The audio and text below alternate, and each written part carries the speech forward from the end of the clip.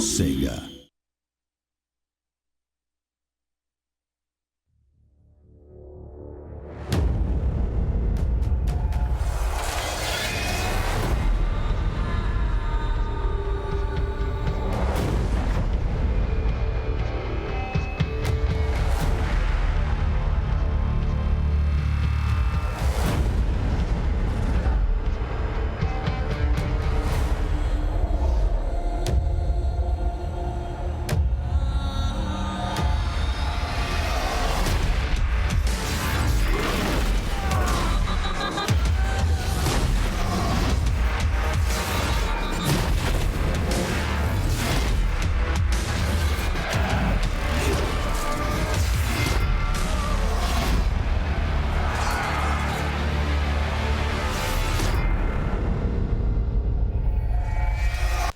Hello and welcome to glorious Burbank, California. You're joining us live from the ESL Studios where we have something very special, Total War Arena. This is the launch event and we are going to be talking about all sorts of fantastic things today, including that closed beta that everybody is so eager to get involved with.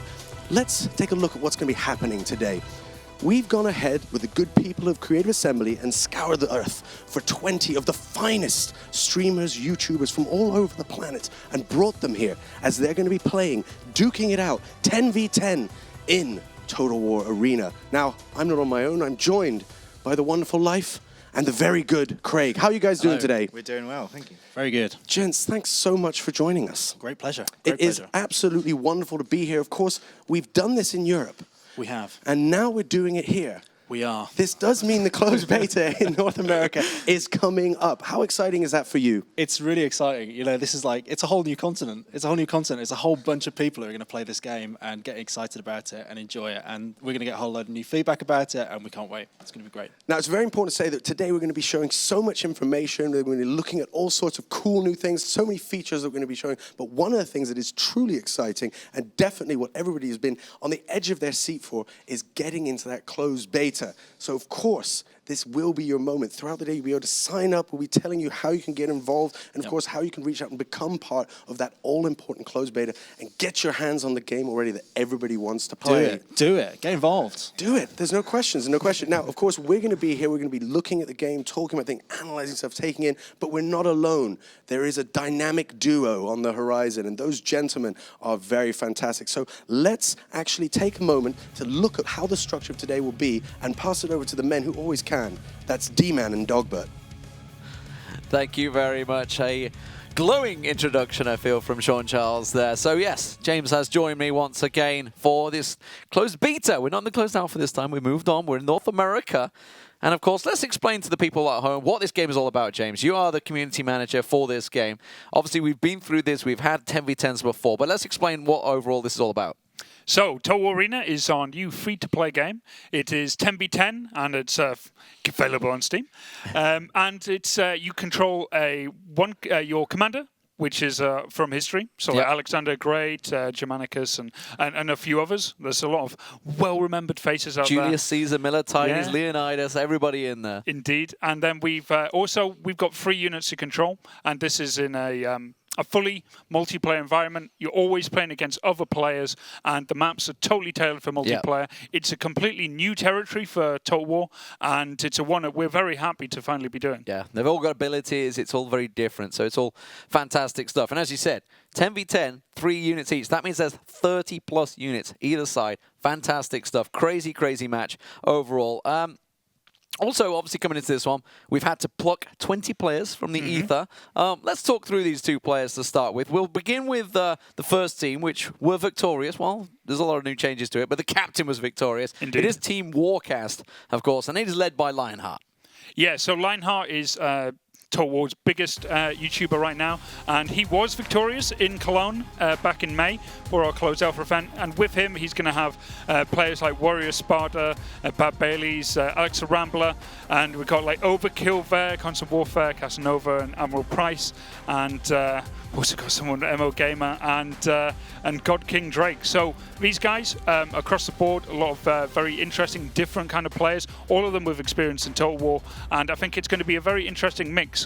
Yeah, absolutely. And of course, well, they have to have a opposition overall. Of course. And of course, we're in North America. Where else is it going to be? It's Team Murica, and it is led by the Muricans. Yeah, so we have PrinceOfMacedon, who is the oldest Total War YouTuber. Along with him, we have the RTK guys. So that's Enzo and Merculus, and we've also got Jesse Cox returning. Hopefully this time he might be able to get a victory. Time, yeah. But it wasn't really anything to do with his personal play. He did very well. We got Oakley, Indie Pride, Berg Black, Wobby Man, and Shaq News. So and Sunjetsu as well. They never want to leave him out. I'm sure he'll have a wonderful top 5 list from this event. Yeah, so fantastic teams. Obviously, you know, I'm well aware of the RTK guys. I've been victim to them, and I've been carried by them before. Indeed.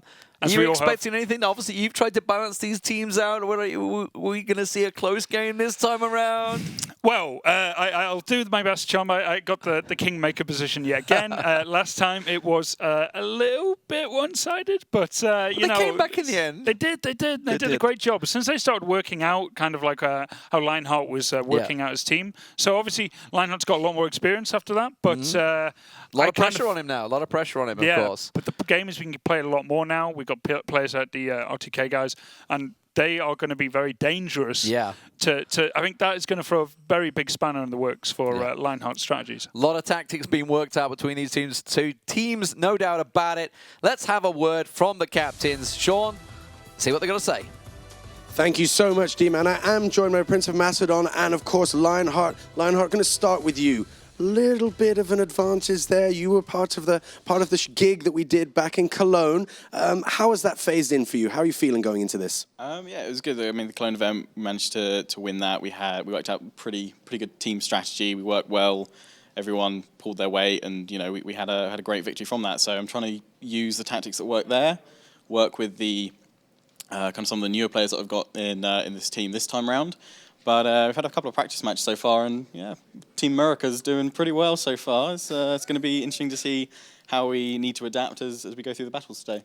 Now, PrinceOfMacedon, coming over to you. Obviously, this is your first chance. You do have Jesse in the team who has that let's say maybe the intel on how things went down before. How are you feeling going into this? I'm feeling really confident. When I saw my roster list, I knew I had a really good team. So we all built a strategy based on the experience levels of our team. And as a leader, I want to just let them loose and do their thing.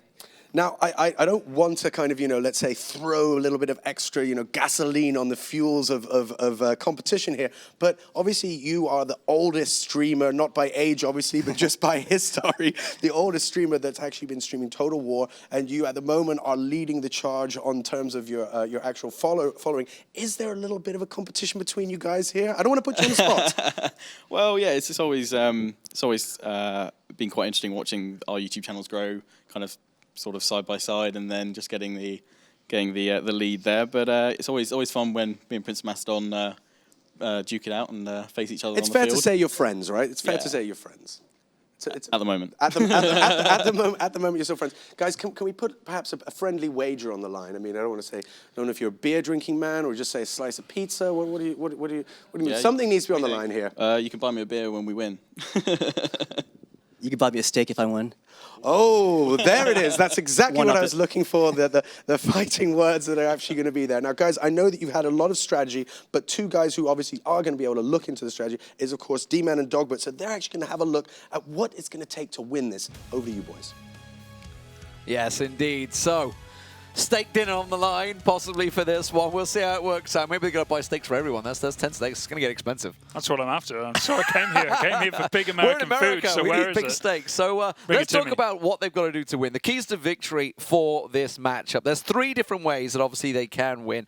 First off, well, you simply capture the enemy base. It's as simple as that. You get over the other side and you take over that enemy base. Of course, then you can also just kill everyone, which is preferred. Well, it's the more bloodthirsty way, but it is certainly a lot more entertaining for us. Or finally, well, they can wait it out the whole 15 minutes and hope they have more points. What are we expecting from these teams? Well, I think I think everyone hopes we're going to be going for a full-on blood-soaked massacre. But there's always a chance that the teams are going to be a bit more slow out the gate, trying to get a good feel of their opponents. So I wouldn't be surprised if the first game went down to a 15-minute timer. But Depending on the maps, I think full-on assaults to bases are generally to go for. I mean, our first map is kind of a bit more different, but I think we're going to see a very varied amount of victories in this game. Well, a tentative start possibly on the cards. Let's have a word from the developers, though, to tell us all about the game. Thank you so much, Deman, and of course, Dogbert. It's very interesting to hear that. Now, Total War, an absolute household name in the terms of the entire video game landscape. I mean, absolute fan favorite. How does Arena, what's different there? So Arena is 10 versus 10. It's free to play on Steam, and it's a team-based strategy game. So in Total War, it's very much kind of like if you play multiplayer, it's very much 1-on-1 or 2-on-2. With Total War Arena, it's about 10 versus 10. It's about all getting stuck in there, having teamwork, having coordination, and battling it out as a team to win.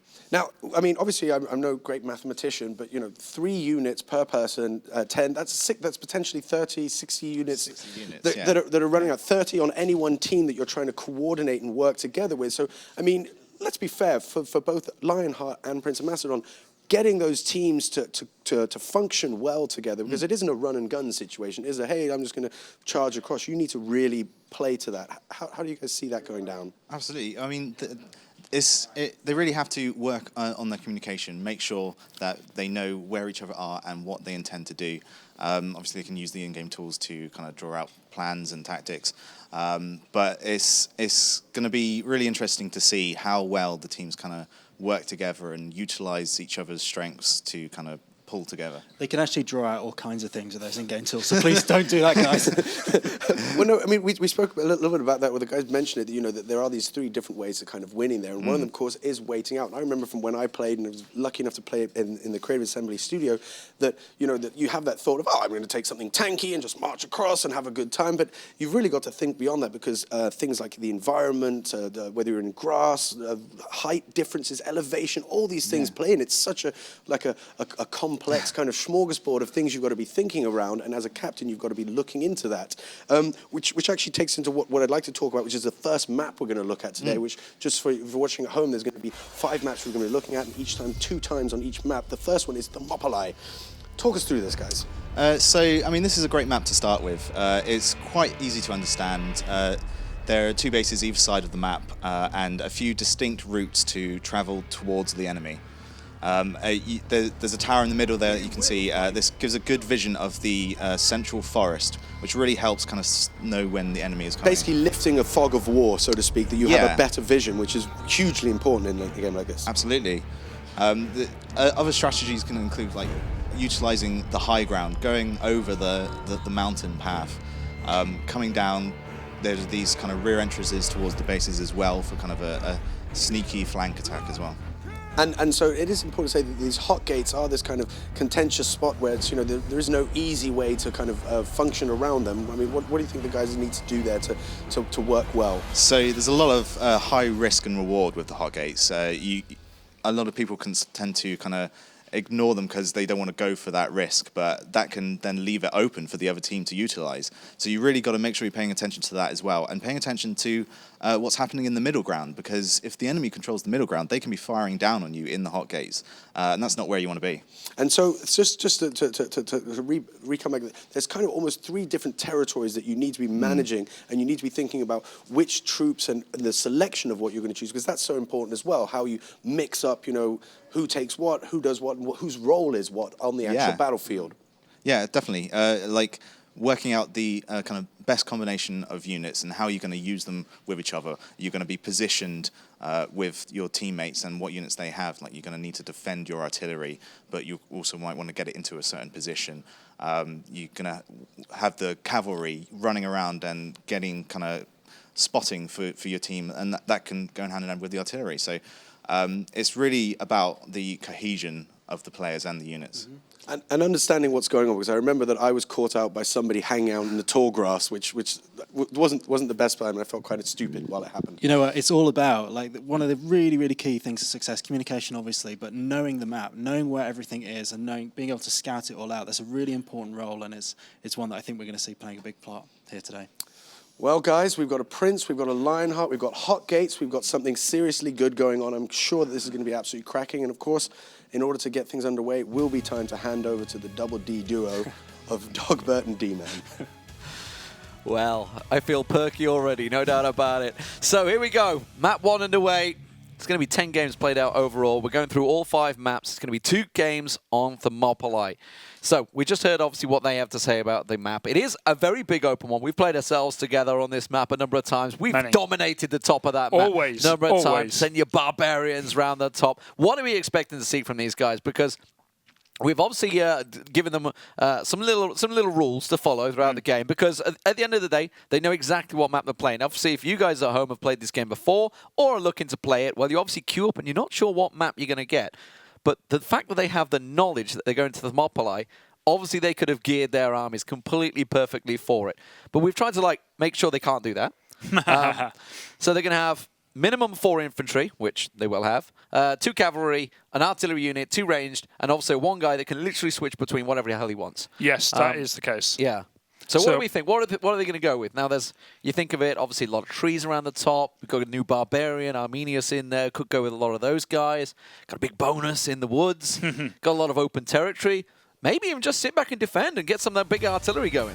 So I think artillery is going to be a very important one. I think that's going to be the first kind of point of contact for both these teams here. They want to work out where they want to put it, and they want to know when to use it. There's a good chance that they hold fire and wait to see where that artillery is firing in from first to get a counter battery fire. Moving on from that, the cavalry is obviously going to be...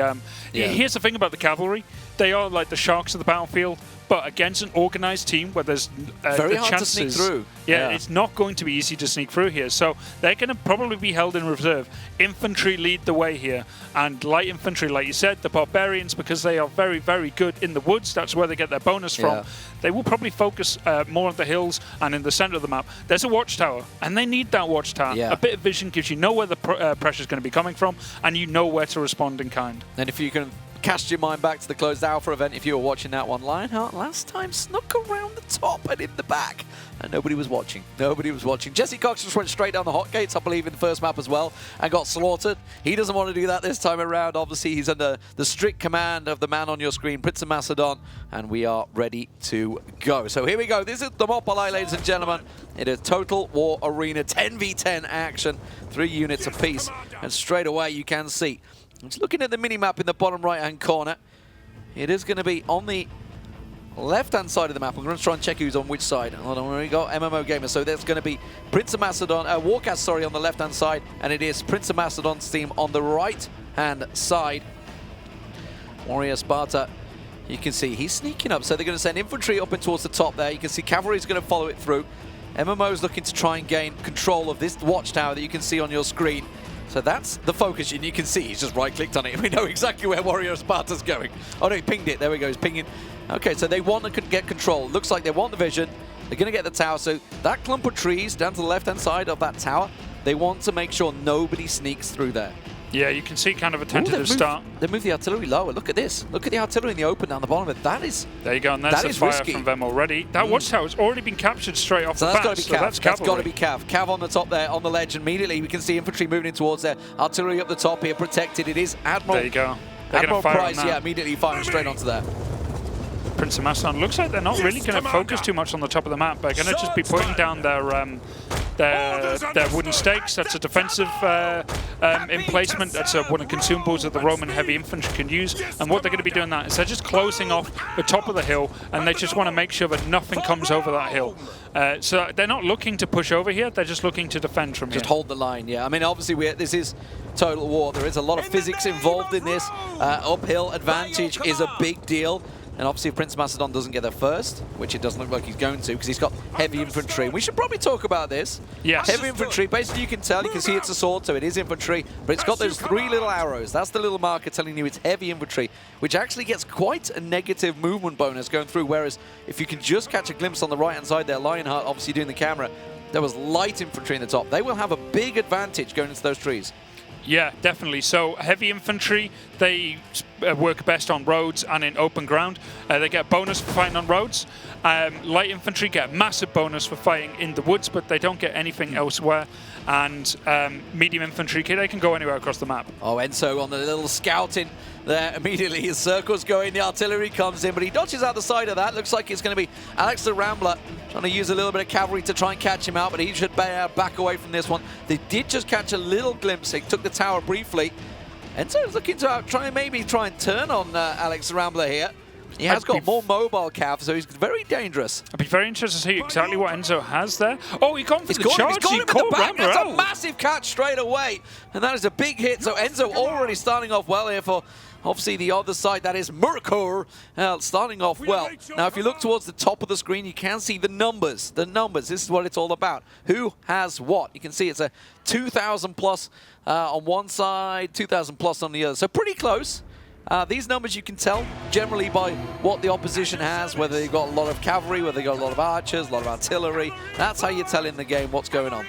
And you can see Enzo, he was using citizen cav here. So he's the switcher within the team, so he'll be switching between a lot of his roles. He's got tier 4 cavalry here against tier 6 cavalry, and he won that engagement because he's using faster cavalry, he's using abilities properly, so he used his speed increase along with his hammer charge, and Alex came out there expecting to be way ahead because he had a tier 6 cav unit, shock cav. He turned his back and got charged, and there you go, a tier 4 unit just wrecked a tier 6. So Murica, good little start for them there. PrinceOfMacedon, you can see holding the angles up in the top. The hot gates, nobody venturing down there.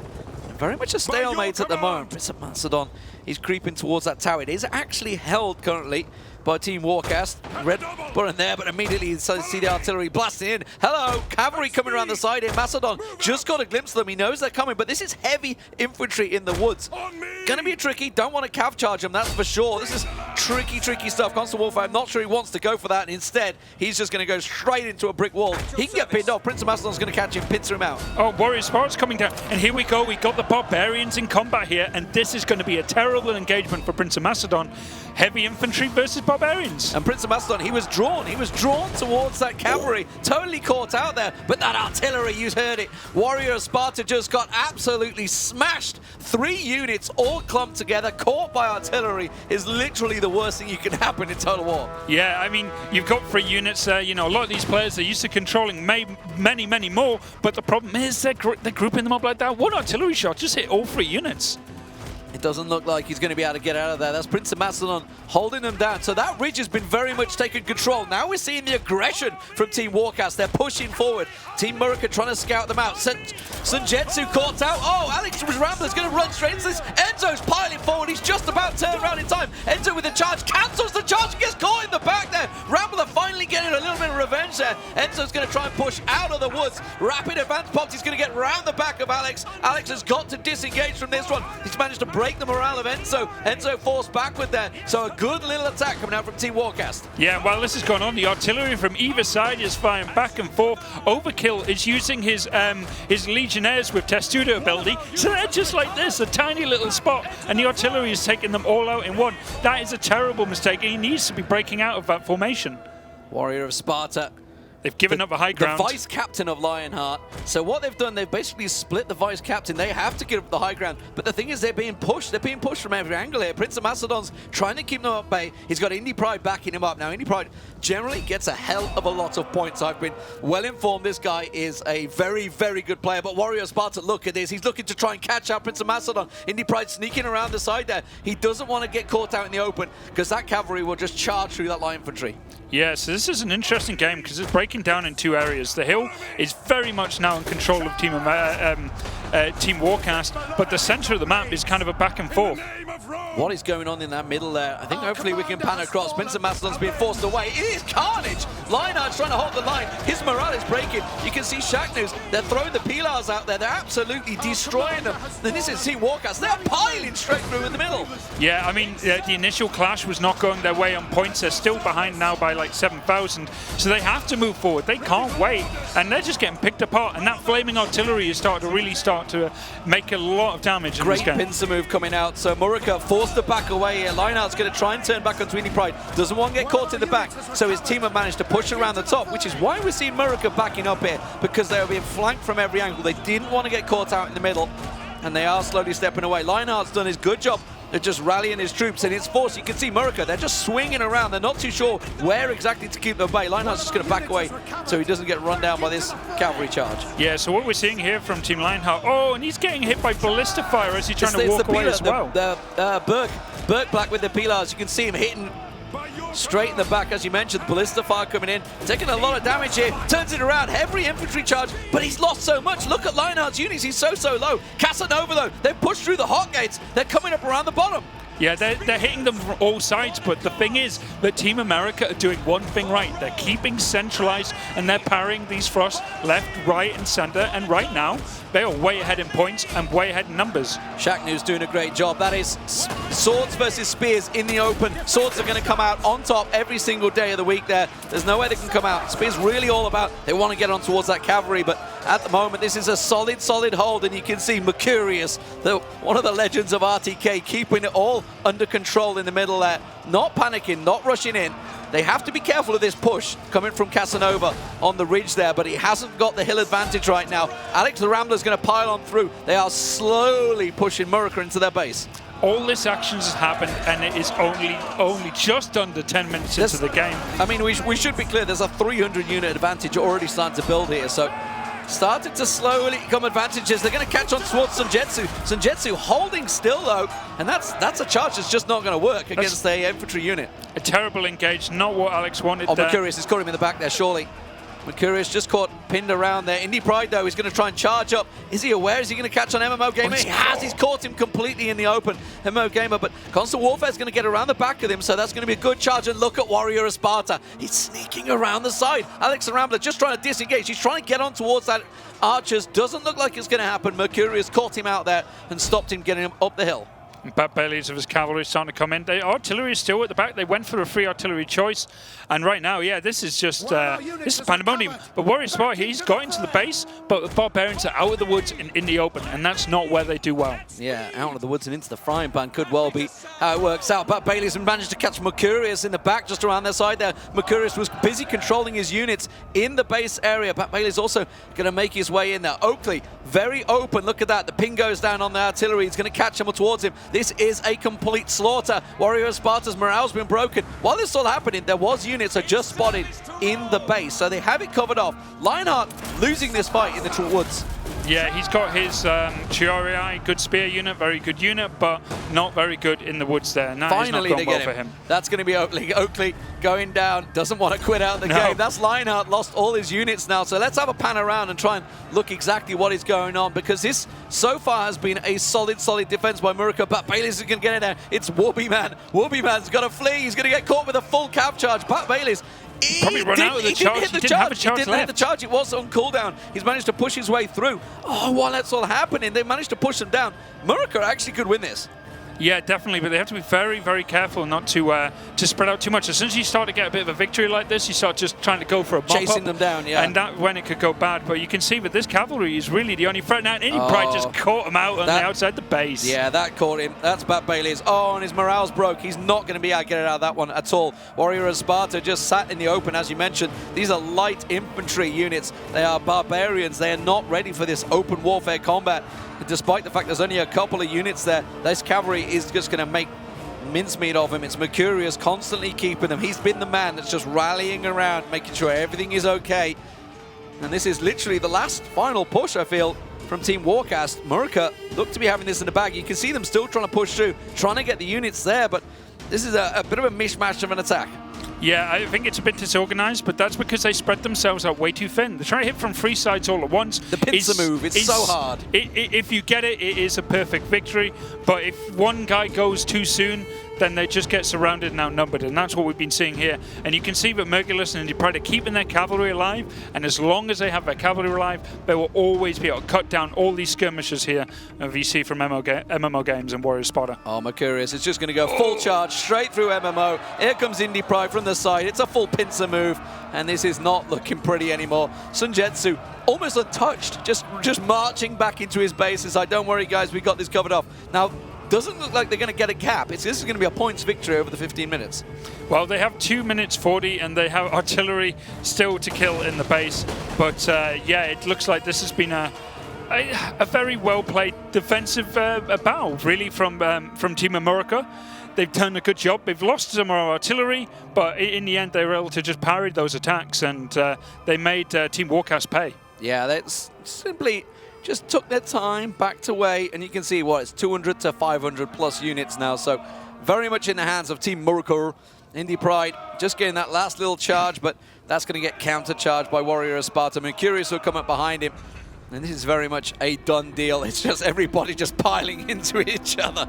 It is a full pile-on going on there, but Shack News will close it out. These are the last remnants, and as you mentioned, it's really all about the artillery that's left at the back of the base there.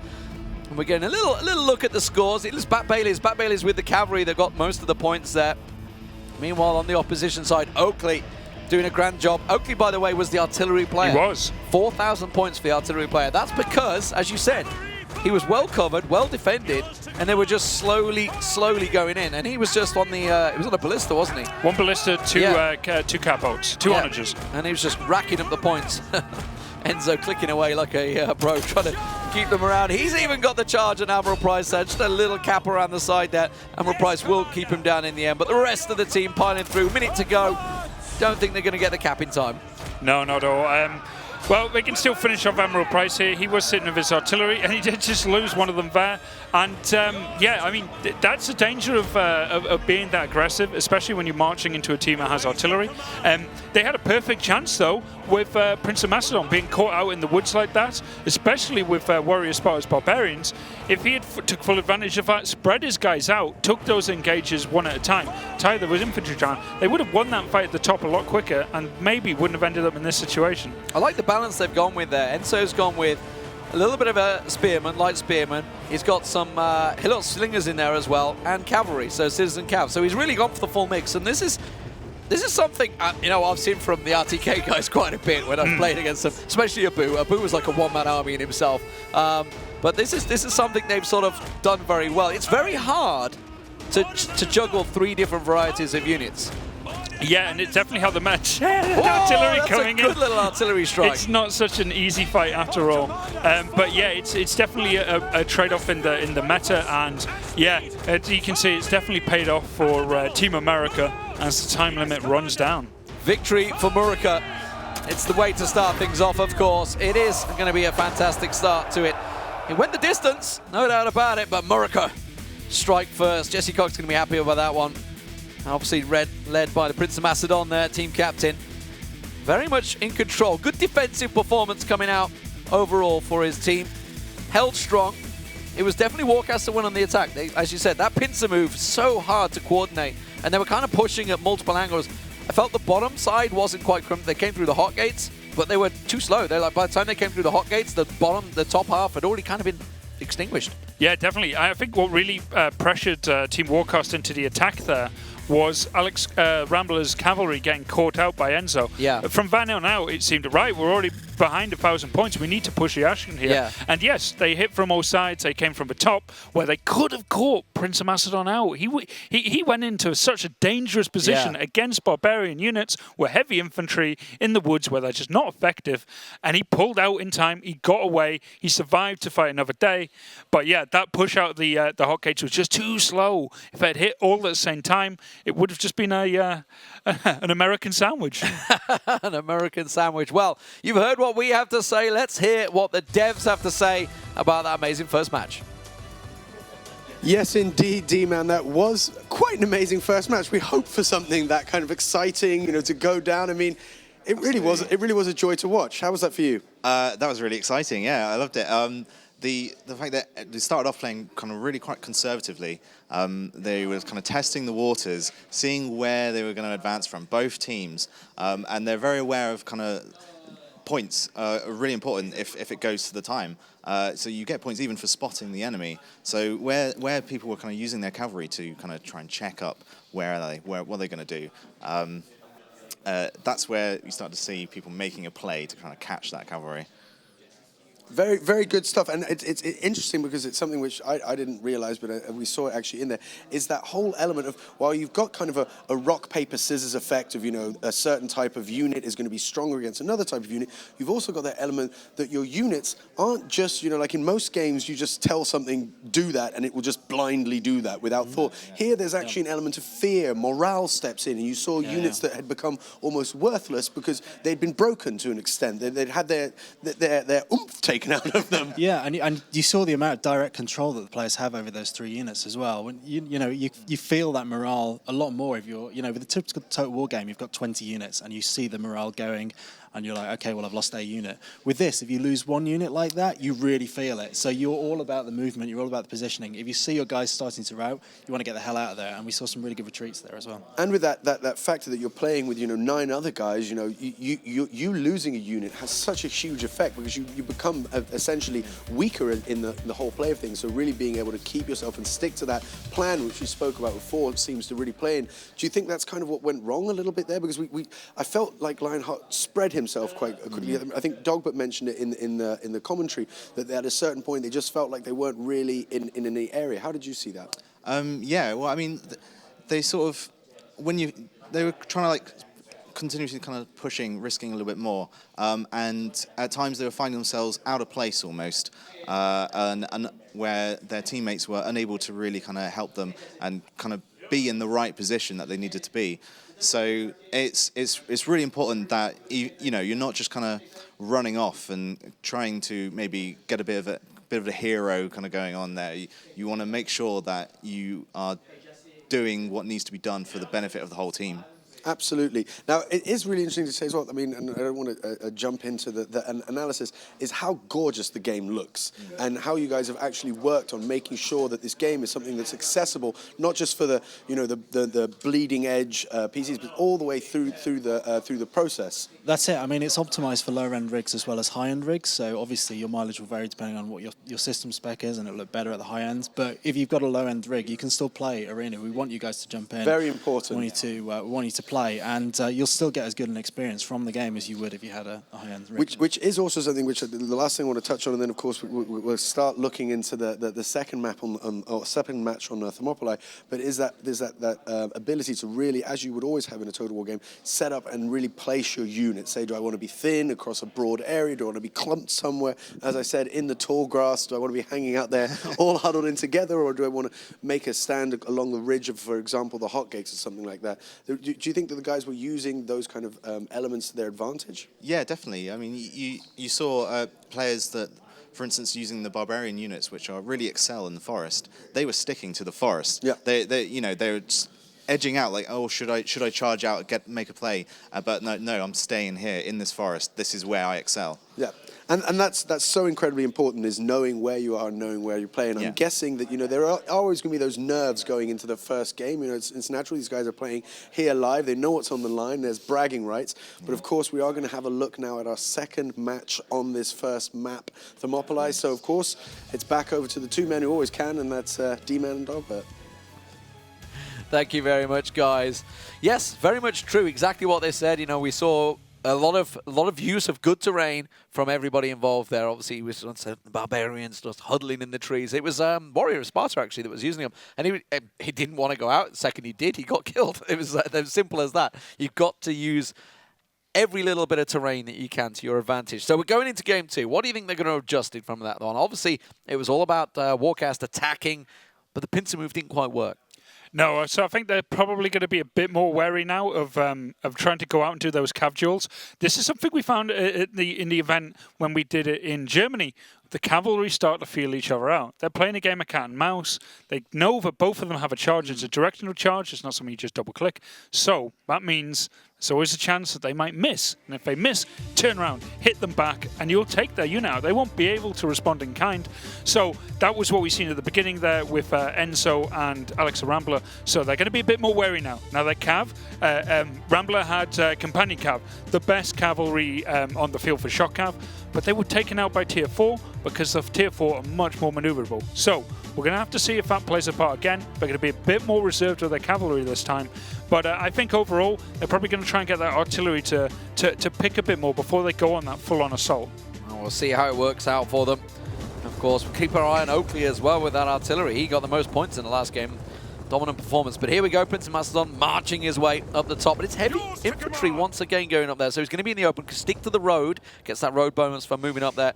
But at the moment, going to try and stick to the open. Just trying to quickly clear a glimpse in towards the mini-map on the bottom to see how they're starting to lay themselves out. So It's going to be PrinceOfMacedon. So same sides, Stan. It is going to be Lionheart on the left-hand side of your screens. I wouldn't say blue because they'll switch blue depending on who we spectate. So don't get discerned by that. Obviously, whoever we're viewing will be blue and the opposition red. But it is going to be left-hand side of the screen or the east, whichever one you want to call it, right? East and west. Don't forget to sign up, of course. Yeah, don't forget to sign up. Get yourselves into the closed beta now and be able to play, well, just on maps like this and against a lot of these players. And against me. And against me against as well. Me, yeah, against me. Don't forget to look out Good for luck. us. Good luck playing Deman against us. or Dogbert, as it sometimes is. Dogbert has been renamed to Yeah, since, you've been renamed as Dogbert. But yeah, this is a straight, brutal charge. Overcooked going through. Good bit of scouting coming out. You can see the cavalry was pushing across the middle.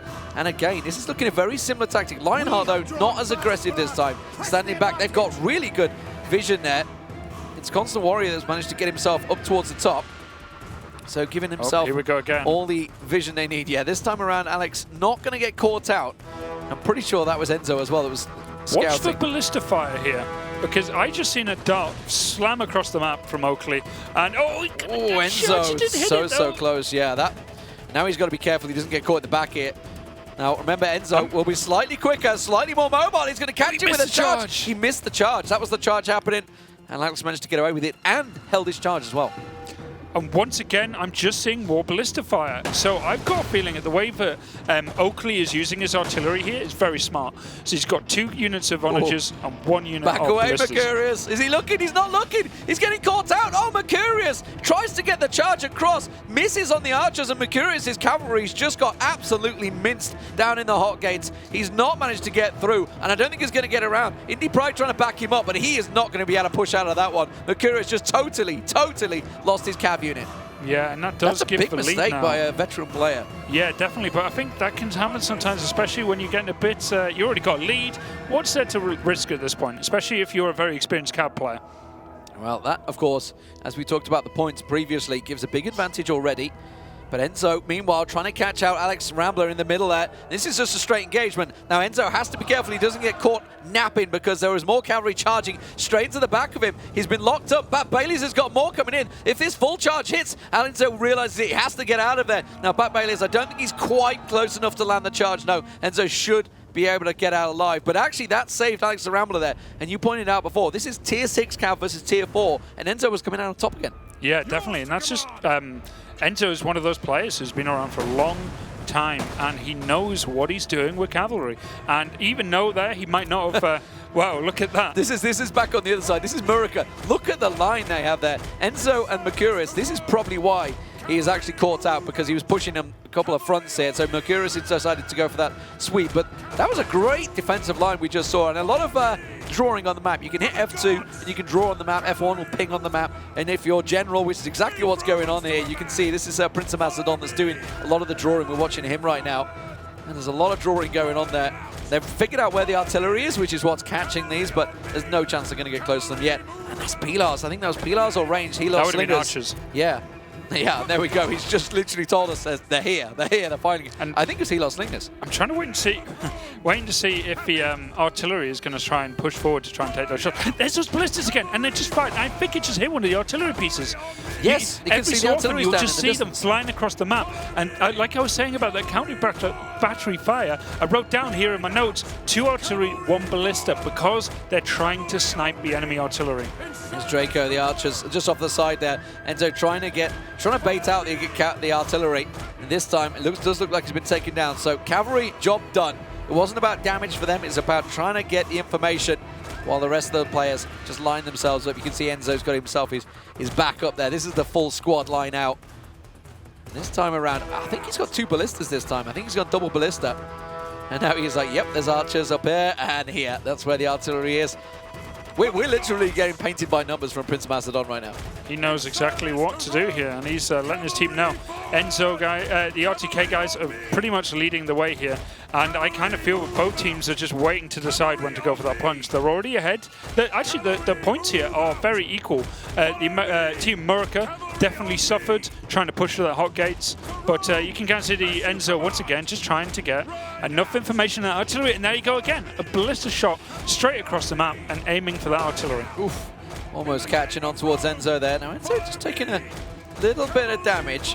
we could look over towards Lionheart, and I'm wondering where they're pushing up at the moment, because you can see that RTK very much just waiting out back. I say RTK, Team PrinceOfMacedon, Team Murica, because we're watching Enzo so much here. Just a little peek. Hello, what's going on? Can we have a look at Lionheart's screen? I can see people sneaking around the back of the base, and that's exactly where they're going. Constant Warrior, he's got the back of Oakley. Oakley caught out. This has completely caught them napping. How have they managed to sneak in and around there without being spotted? And also around the side there, Mercurius does manage to head them off, but the damage may well have been done already. Yeah, that might be an entire artillery piece at play, and this is what happens. They haven't spread out that much, and there you go. You can see Warrior's spot again. I believe he's on the top of the hill, and here's the response from Team America: pull back. So this is definitely what can happen. You play a static line like this, and it's easy to go around. You have no vision. They've given up vision on majority of the map here, and Team Warcast are taking full advantage of that. Well, Enzo just trying to keep it going. Lionheart, I can see just pushing around the side there. So Warcast are once again doing as they did before. Now they haven't pushed for control of the tower this time, but you can see just off in the distance there is a bunch of javelins moving in and starting to put pressure, which is why the heavy infantry of PrinceOfMacedon's been forced away. Now Constant Warfare has been taken down, so that back defense didn't really get too much. But they did manage to take out the units. Look at that Ballista. He's still got control of it. I think he's just got enough alive. Yeah, so it wasn't fully effective. It wasn't the charge that he wanted, but it wasn't far off. And there you can see Warrior Spotter using the best of his abilities there. He's got Spot on, which gives him a bit more vision. He's already got his proven warriors, who are very effective in the woods, but he is blobbing up again, and we saw what happened last time he did that. Well, this is just, I mean, it's a tentative little push, but they're not winning on points. You know, what they wanted to do, they wanted to get the artillery, give them the big points bonus you can get from taking down that artillery unit. Hasn't really worked out for them, though. They've now fell, what, almost 1,000 points behind, 800 points behind overall. So now they actually, it is really down to Warcast to actually be aggressive. Yeah, and I think Alex really tried to get a bit of vision for the artillery here, but Enzo looks like he might be making him pay for that one. And that artillery is slowly but surely just getting more and more points for Team America, who obviously just very like their artillery. Just a delicate map. This is how Thermopylae sometimes does pay out, obviously being all defensive. Now, we are using tier 6s, remember. Up to tier 6 is the maximum cap we put onto this. Yes, tier 10 is available in the game there. Mercury is just catching Constant Warfare, trying to sneak around the back, but it's not working out for him. Indie Pride also there to just catch him out. I think Indie Pride is going to keep chasing here. I think Constant Warrior is going to have to back well away from this one. But as I mentioned, you can see the tiers on there. Obviously, tier 5 for Constant Warrior. Meanwhile, they're going to keep on pushing. It is a trap, but I don't think Bat Bailey's going to catch him out here. I don't think he's being that sneaky about it. Yeah, I'm hearing very raised voices over on Team Warcast, and they've started to move their artillery pieces up here as well, so I'm expecting them to try and get in there, try and take out the artillery with their own artillery. You see, that's what you could do. You don't need to... our initial fight so far, the cavalry's feeling each other out. The infantry aren't clashing in a head-on fight, so there's time to position your artillery. You don't have to rush and do it straight off the bat. You can wait, and that's what they're starting to do now. Yeah, they can see they want to push it around there. There's actually, I think the cavalry is engaged in the middle there. Pretty sure Mercurius, yes, he has. It's either Mercurius or Enzo that's managed to just push in. Oh, he caught Rambler out once again. Rambler trying to respond with his own units, but Enzo, damage done. You can see them just limping away there, and that's boosted the points to 5.2k to 3.7. That's another advantage going towards Team Murica. Very delicate match here, though, with 5 minutes remaining. Yeah, and you can just see the experience of Enzo there. Totally confident in what he can achieve with just a single unit of cavalry. He is the switcher on his team. He's pulling back. Where's Oakley going? Okay, so double artillery firing. Oh, they've caught around the side. That's why. Yeah, they're overcommitting to this this cavalry, but look at that artillery once again. Oakley is causing so much damage right now to Team Warcast. I mean, the thing is that the 5 minutes remaining, they know that Warcast now has to attack. They have to push, and they're just withdrawing into a perfect defensive formation, starting to get the lines. But as it is, we can see on the map that Warcast are not pushing. They're hoping that someone's going to get caught out, but they're losing on points. They are simply losing on points. They have to make a move. Yeah, they're going to have to make something happen. And I think Enzo here kind of thinks that, first of all, he needs to do a bit of scouting. as you all do when you cavalry, especially on this map. You know, information is key in this game. Your field of vision is only as far as your units, so you need to do this on a regular basis to get out there. And especially when you've got such an artillery-heavy team right now, with so many range that's still on the field and still live, you know, they need to know where this attack's going to be coming from. Well, Casanova's yet to put through. Oh, Enzo just got caught out by Pilar. And that will give a couple of points, but not a great deal. You know, the Pilar's thrown out. They're basically the spears, the javelins that the heavy infantry have. They have about 4, I think it is, in their arsenal. 3. They have, I think, no, 2. We changed it recently. Barbarians have up to 8, while Romans have 2. And now, you see, they brought the artillery forward now. They're firing where they think Oakley's artillery is, and now Oakley's artillery fires back in response. Yeah, they've managed to take over. It's on the ledge there. You can see the ledge in control, but that fire, and Oakley, this is why he pulled back. He'd already pulled back. You can see the artillery trying to hit there, but he's not there. He's already withdrawn. And now, with what, 3.5 minutes to go, they're going to have to be a little bit more aggressive here, Warcast. They're going to have to start pushing. Artillery continuing to push in, but Murica read this like a book. PrinceOfMacedon pulled his troops back. You saw him drawing the lines on the map exactly where he could go.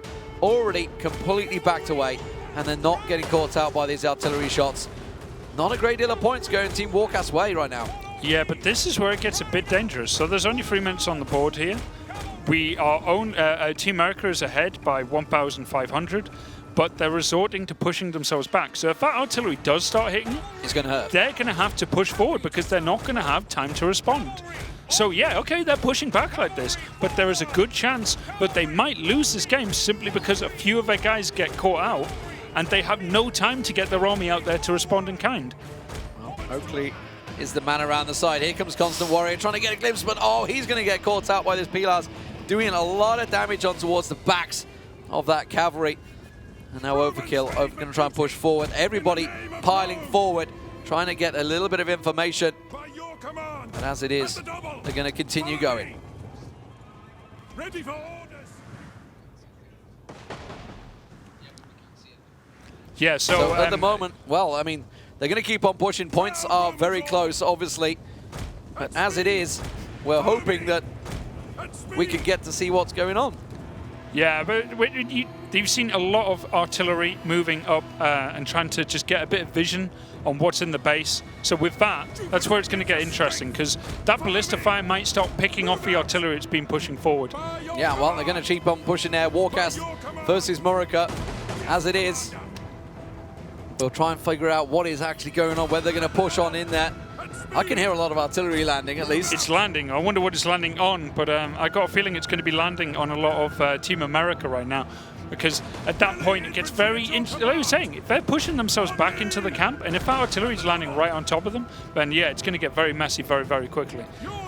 But they're spread out. You've seen you had Warrior Spotter in the woods at the top. You saw units in the hot gate. They're all in the right positions. They're just far out from where they need to be to actually do some damage. Yeah, so Murica continuing to rally, backing up, covering off exactly what they need to, just keeping their points in their favor. As it is, they're trying to get the angles, continue to hold on what exactly is going through. I mean, they're trying to take control, obviously trying to push it through the middle, get aggressive, try and get control, but it's such a hard position. Murica holding that defensive line in their artillery. The problem is that Murica pulled their artillery back as well in that perfect time, so they can actually respond. They're in a defensive position to try and keep them at bay. Yeah, definitely. But you can see that a lot of this pressure just focusing on the ledge outside of the of Team Murica's base, close to where the woods are. So that means that they've got their barbarian infantry can always fall back when they need to. But that time limit is just getting awfully close right now.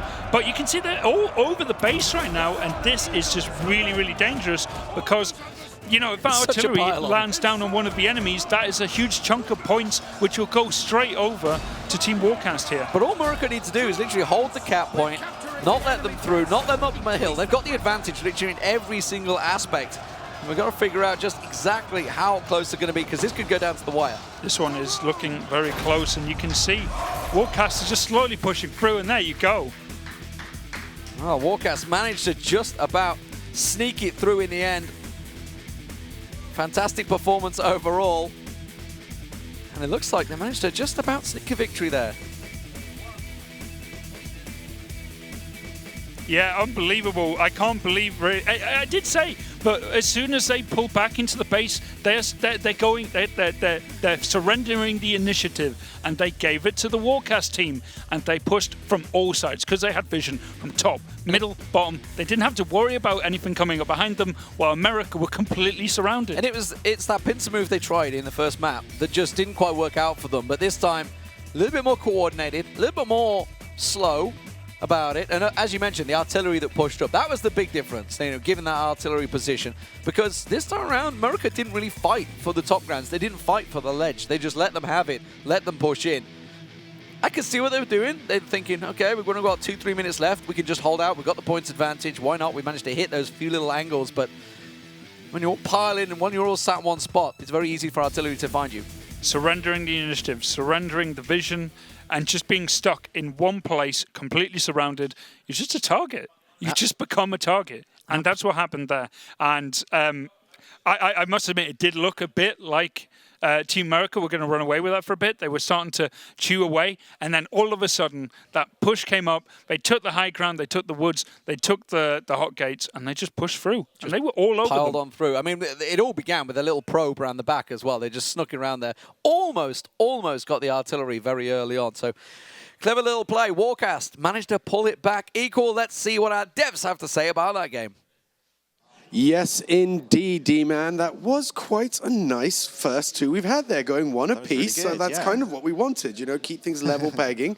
How do you think the Warcast guys did on that second attempt? Oh, really well. Like they've gotten a feel for it now. You can tell they had the units. They were all kind of like in the right place. The plays happening around the hot gates were really interesting. You had like cavalry coming, scouting it out, getting kind of ambushed almost on the other end, and then retreating. And the holding of the gates and even the path around through the water has been the really secret important. path. The secret That's path. my favorite path. Yeah. I like that path. I've been down that path. No, I'm genuinely. I found that path. It's a good path. It's a great path.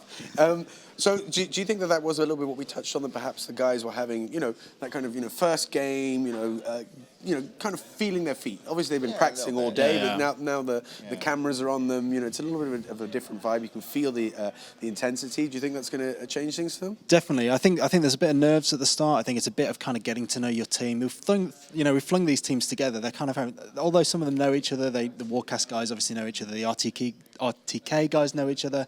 We're still kind of throwing these guys together, and they're having to learn how each other play, etc., etc. But I think it's starting to settle down now. You're seeing some really good communication. I mean, we can see the players here. I heard Warrior of Sparta there shouting out at one of his teammates. He was going mental over there.